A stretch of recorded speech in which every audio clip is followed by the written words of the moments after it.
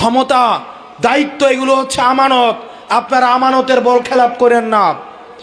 আপনাদের কাছে একদিন ক্ষমতা থাকে, আপনারা যদি একদিন ক্ষমতার অপব্যবহার করেন তাহলে পরবর্তী 5টা বছর যদি আপনাদেরকে নেতা নির্যাতন করে আপনাদের বলার কোনো ভাষা থাকবে না। সেজন্য যেই দিন আপনারা ক্ষমতাবান হবেন, একদিনের জন্য হচ্ছে জনগণ ক্ষমতাবান, সেই একদিন যেন আমরা যথাযথভাবে ব্যবহার করতে পারি। ভোটের আগে আমাদের কিছু কাজ রয়েছে, আমাদের শহীদদের রক্তের দায়ভার রয়েছে। বাংলাদেশের ফ্যাসিবাদ বিরোধী রাজনৈতিক দলগুলোর কাছে উদাত্ত আহ্বান জানাবো, আপনারা যেভাবে টাইমলাইন ধরে আপনারা ভোটের দাবি করছেন, ঠিক সেভাবে টাইমলাইন ধরে ভোটের সাথে সাথে সংস্কার এবং বিচারের দাবি করুন। আপনারা যেভাবে বলছেন ফেব্রুয়ারির মধ্যে নির্বাচন চান, ঠিক সেভাবে আপনারা বলেন আপনারা ফেব্রুয়ারির মধ্যে বিচার এবং সংস্কার চান। আমরা আপনাদের সাথে থাকব। আমাদের এখনো পর্যন্ত আমাদের এই অন্তর্বর্তীকালীন সরকারের ব্যর্থতা, আমরা এখনো পর্যন্ত আহতদের আমরা সুচিকিৎসা নিশ্চিত করতে পারি নাই। এখনো পর্যন্ত রাষ্ট্রের প্রতিষ্ঠানগুলো সংস্কার হয় নাই। হাসিনা মিডিয়া মুক্ত এখনো পর্যন্ত মিডিয়া হয় নাই। মিডিয়ার মধ্যে এখনো পর্যন্ত ফ্যাসিবাদের দোসররা লুকিয়ে রয়েছে। প্রতিষ্ঠানগুলোর মধ্যে এখনো পর্যন্ত ফ্যাসিবাদের দোসররা লুকিয়ে রয়েছে। এখনো পর্যন্ত আপনি কোন আওয়ামী লীগের লেসপেন্সারের মধ্যে আপনি এখনো পর্যন্ত দেখবেন না তারা কোনো ক্ষমা চেয়েছে। যতক্ষণ পর্যন্ত আওয়ামী লীগের কেউ ক্ষমা না চাইবে ততক্ষণ পর্যন্ত রিকনসিলিয়েশনের কোনো প্রশ্ন আসে না। এই অন্তর্বর্তীকালীন সরকারকে আমরা বলতে চাই,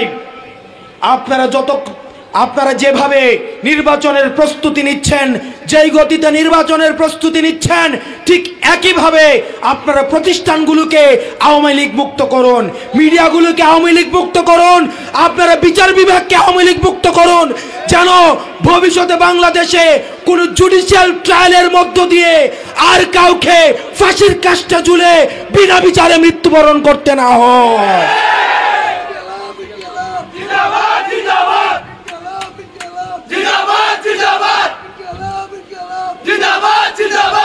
প্রিয় ইউসুফপুরবাসী, আমি আপনাদের সন্তান।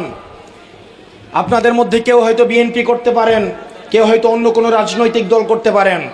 যারা বিএনপি করে আমি হয়তো তাদের ভাতিজা, আমি কারো ভাই, আমি কারো নাতি। আবার কেউ যদি এনসিপি করে আমি তাদের ভাতিজা, আমি তাদের ভাই, আমি সবার এখানের সন্তান। আমি প্রত্যাশা করব আমার এই মাটিতে দল মত এবং পথের ঊর্ধ্বে উঠে আমি আপনাদের সন্তান হিসাবে আপনারা আমাকে সমর্থন দিবেন। আমি দেবিদ্বারের এনসিপির সভাপতি হিসাবে, প্রধান তত্ত্বাবধায়ক হিসেবে আমি আমার শিক্ষককে নির্বাচিত করেছি।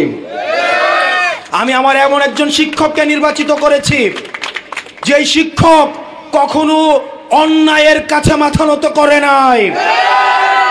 আমি আমার শিক্ষককে নির্বাচিত করেছি যাতে করে আমি একটা অন্যায় করতে যদি যাই তখন আমার এই শিক্ষক আমাকে শাসন করতে পারে। আমরা আপনাদের কাছে প্রতিজ্ঞা করতে চাই, আমাদের দেশের রাজনীতিবিদরা যেটা চিন্তা করে সেটা মুখে বলে না, যেটা মুখে বলে সেটা করে না, সেটার নাম দিয়েছে তারা রাজনীতি। তারা রাজনীতি দিয়ে তারা প্রতারণাকে তারা কৌশল হিসেবে চালিয়ে দেয়। কিন্তু আমরা এনসিপি নিশ্চিত করতে চাই আমরা যেটা চিন্তা করব সেটাই বলবো, আর যেটাই বলবো সেটাই আমরা বাস্তবায়ন করব।